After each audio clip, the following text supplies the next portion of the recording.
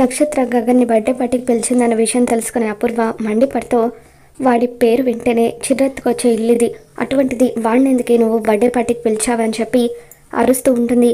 ఇక నక్షత్ర ఏం మాట్లాడకుండా సైలెంట్గా ఉంటుంది.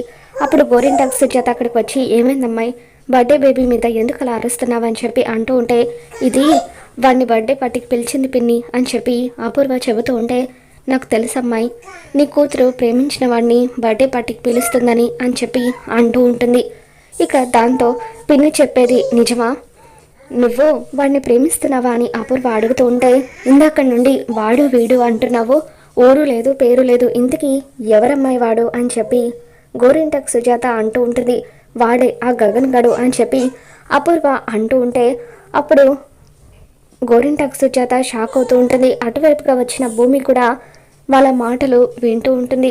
చెప్పవే పిన్ని చెప్పేది నిజమా, నువ్వు ప్రేమించేది ఆ గగన్ గాడినా, చెప్పు, అలా తెల్లమొహం వేసుకొని చూస్తావేంటి, నువ్వు ప్రేమించేది ఆ గగన్ గాడినేనా అంటూ అపూర్వ అడుగుతూ ఉంటే, అవును ప్రేమించాను అని చెప్పి నక్షత్ర అపూర్వకి నిజం చెప్పేస్తుంది.